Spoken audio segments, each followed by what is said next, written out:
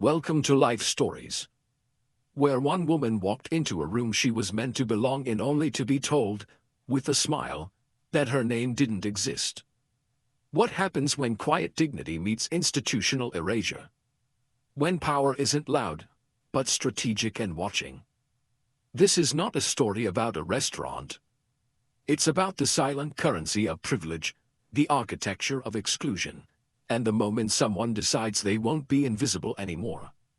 Stay with us, because what begins as a simple birthday dinner spirals into a confrontation that shakes not just a room but an entire industry. And at the center of it all is a woman who refused to be seated by the kitchen, and made the whole world reckon with why she was ever asked to. Let's step into her story. Camille Hayes had always known that elegance was not what you wore, but how you walked into a room that dared you to shrink.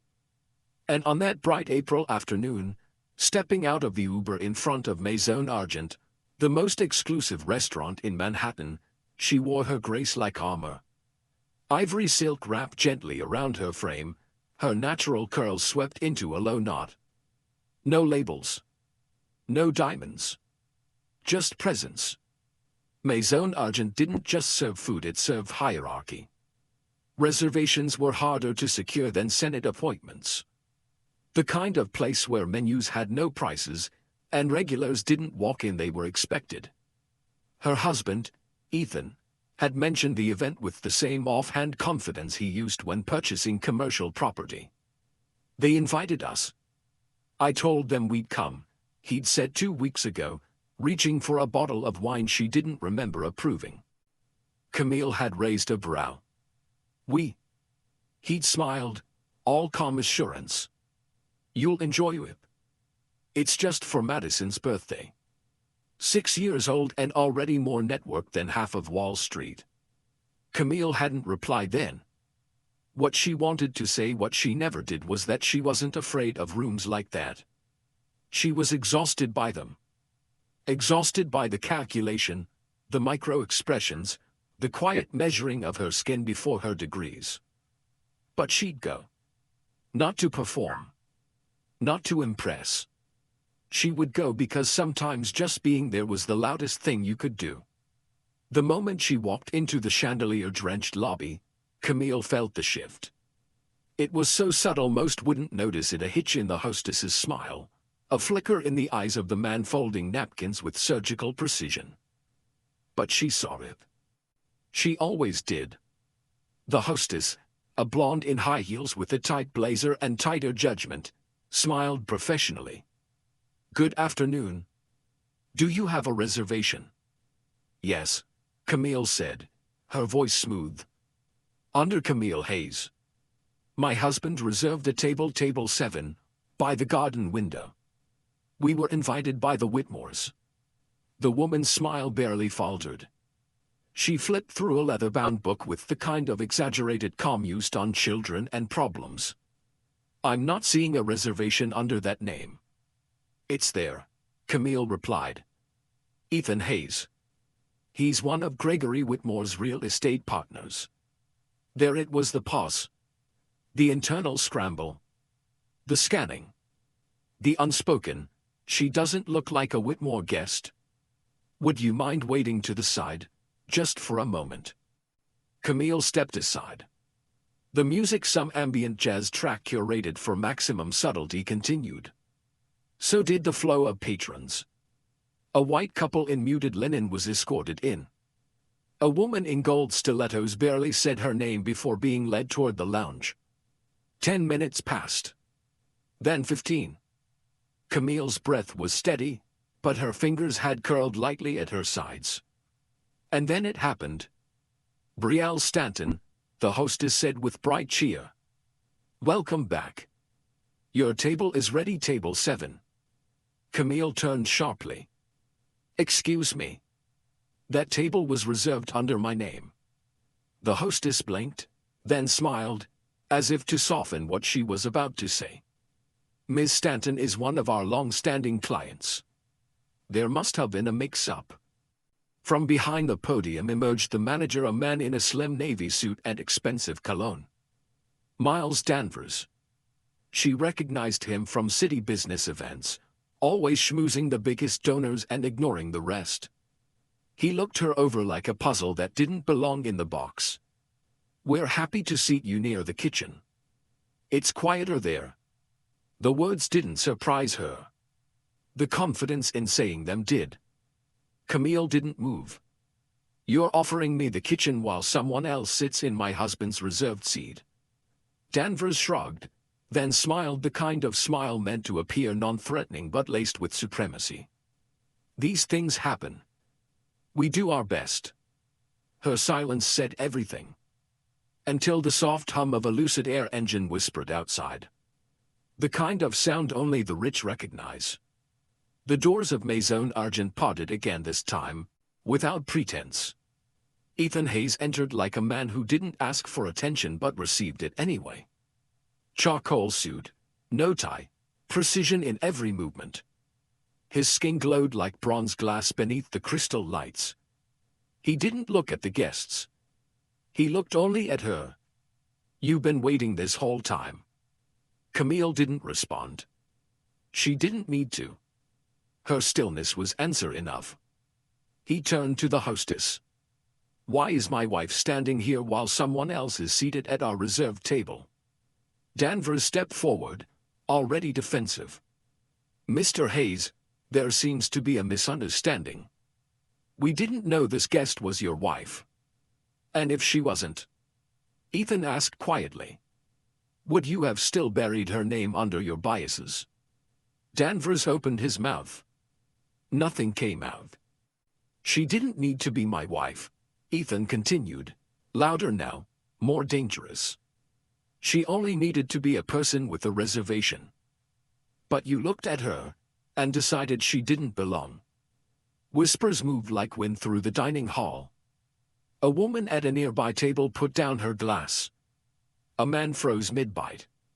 Camille watched as Ethan reached into his jacket, pulled out his phone, and tapped the screen. "Reservation under Camille Hayes," he read. "Confirmed. Table 7. Time-stamped. Digital receipt. I don't need you to apologize. I need the board." Danvers paled. "Sir, please, there's no need to escalate." But Camille's voice broke through, sharp and sudden. "No, Miles. There is a need. Because you didn't just move me to the back. You erased me. And I need to know how many others have you erased." Danvers looked at her, really looked at her for the first time. And for a moment, something flickered behind his eyes. Not regret. Not understanding. Just fear. And in that fear, Camille saw something else. A crack. A tiny fracture in the marble mask of Maison Argent. One she intended to split wide open. Have you ever been made to feel invisible in a space you had every right to occupy?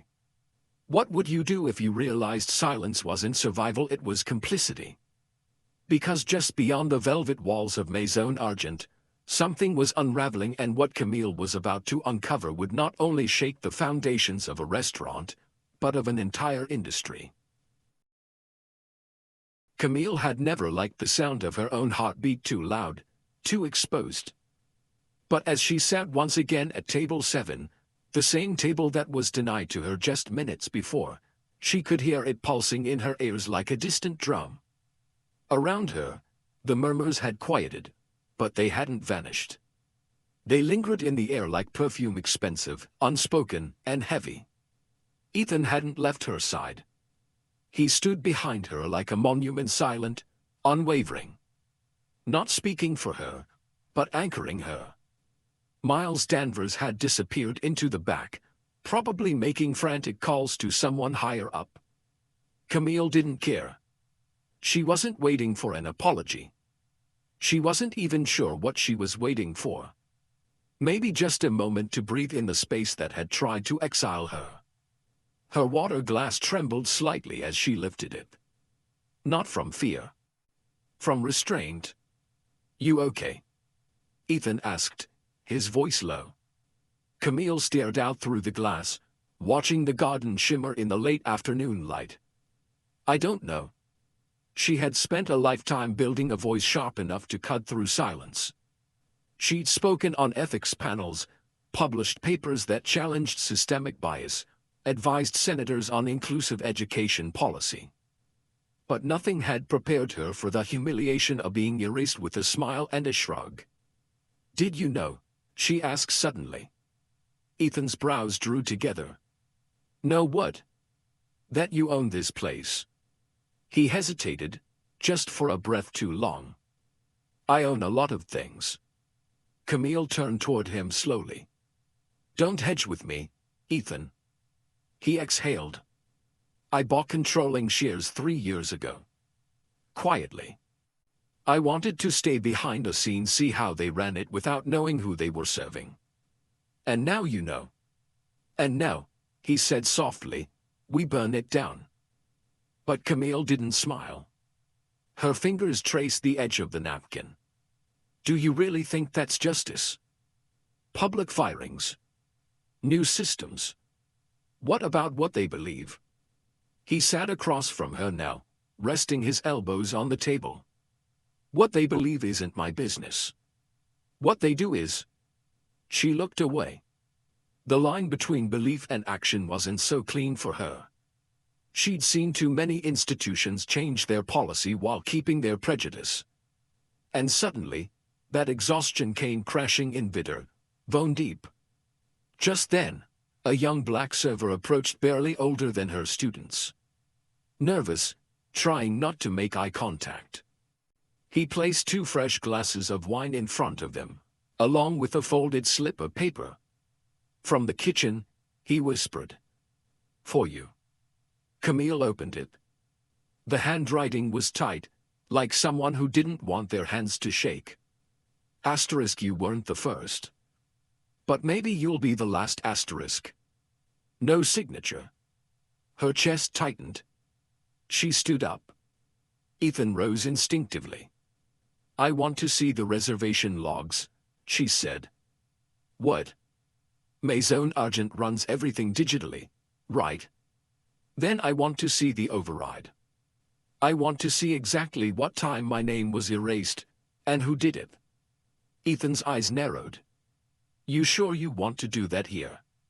She nodded. "Because if I walk out of here and pretend this was just one mistake, then I am complicit." Ethan pulled out his phone and tapped a number. Within minutes, the assistant general manager, a woman with horn-rimmed glasses and the posture of someone caught in the crossfire, arrived, holding a tablet. Camille didn't speak. She only pointed. "Serge, table 7. April 14th. 3:00 p.m. The woman's fingers hesitated, then moved. The screen loaded. Camille leaned in. There it was. A clean entry at 3:01 p.m. Table 7, Hayes, Camille. And then an edit at 3:47 p.m. overwritten. Replaced. Table 7, Stanton, Brielle. "Who made the change?" Camille asked. The woman hesitated. Then tapped the metadata. Edited by Admin Level 4, Am Danvers. Camille blinked. He did it himself. Ethan looked as though he wanted to flip the table. But Camille held up a hand. "No. This is better. Better. This is proof." The assistant general manager leaned in, her voice barely above a whisper. "Dr. Hayes, he's done it before. Not just you. I've seen it happen. Reservation logs vanish. Tables reshuffled. Always someone who doesn't look the part. But no one says anything. We all need these jobs." Camille's hand tightened around the back of the chair. Her legs felt both steel and smoke. "How many?" she asked. "I don't know. But we've all watched." It hit her like a wave. The silence. The complicity. The system didn't need a villain in a black cape. It only needed quiet compliance. Camille looked at the woman. Send me the logs. All of them. From the last 6 months. She nodded. Ethan stood beside Camille, unsure what to say. For the first time, she looked more furious than composed. But her voice was steady. I spent my life teaching people that institutions don't change unless people within them break the cycle. Ethan finally asked, so what do you want to do now? Camille looked back at table 7. At the empty seat that had once been denied to her. I don't want a table, she said. I want the floor. Have you ever realized that staying silent meant becoming part of the very thing you hated? What would you do with the power to expose the truth? Because Camille has just found a match and the restaurant isn't the only thing about to go up in flames. Follow along as the next part of the story unfolds. The press got to it before she did. By morning, the headline was everywhere. Majority owner of Maison Argent exposes internal discrimination, professor's reserve table overwritten by management. Camille hadn't planned for the leak. She hadn't needed to. Someone inside the system had seen what happened, seen her, and decided to finally speak. But the article wasn't about Ethan. It wasn't even about Miles Danvers. It was about her. About how a woman, poised and brilliant, had been told to sit near the kitchen. About how she'd stood her ground without shouting, sued with silence, and made a city listen. She hadn't slept. Not out of rage. But because something inside her had cracked open, something older than this restaurant, deeper than her marriage. All her life, Camille had thought dignity was the prize for playing by the rules. But now she knew, dignity was what they tried to take when they couldn't control you. And the moment you refused to hand it over, they called you difficult. Or worse, invisible. By noon, Maison Argent's Yelp page was flooded not with outrage, but with stories. A father in a navy suit asked to wait in the cold while other guests were escorted in. A Haitian-American woman had a reservation lost 3 times in 1 year. A black couple sent back their food twice and were never offered dessert. They weren't loud stories. They weren't viral. But they were a pattern. One Camille could no longer ignore. She sat in her home office, the light slanting through the blinds in slices. The reservation logs were spread across her desk like autopsy records. Every digital erasure, every edit time-stamped. She ran her fingers across them, one by one. Every name overwritten was a person. A moment. A memory interrupted. She wasn't a lawyer. But she didn't need to be. She was an academic. And truth. That had always been her weapon. By 3 p.m., she submitted a formal grievance to the city's Office of Business Ethics, attaching the logs, testimonies, and her own written affidavit titled, Table 7, The Architecture of Invisible Exclusion. Ethan didn't ask her to stop. He didn't even try. He just stood by the window with the phone pressed to his ear, issuing orders in the measured cadence of a man who had chosen a side. They weren't the same people anymore. They had crossed a threshold they couldn't uncross. Later that night, Maison Argent held an emergency board meeting. This time, Camille didn't attend. She sent Malik instead. The young server who had once whispered, "You weren't the first," now walked into that boardroom in a black suit and navy tie. He carried her words, her evidence, her voice. And when the chair asked who he was representing, he answered without flinching. Camille Hayes. And everyone you thought wouldn't notice. The room didn't clap. It didn't need to. The vote was unanimous. Miles Danvers was terminated. Permanently. Not quietly. And by week's end, Maison Argent implemented blind reservation software and anonymous reporting channels, overseen by a third-party ethics board. Camille didn't demand it. The city expected it. But something inside her still felt unfinished.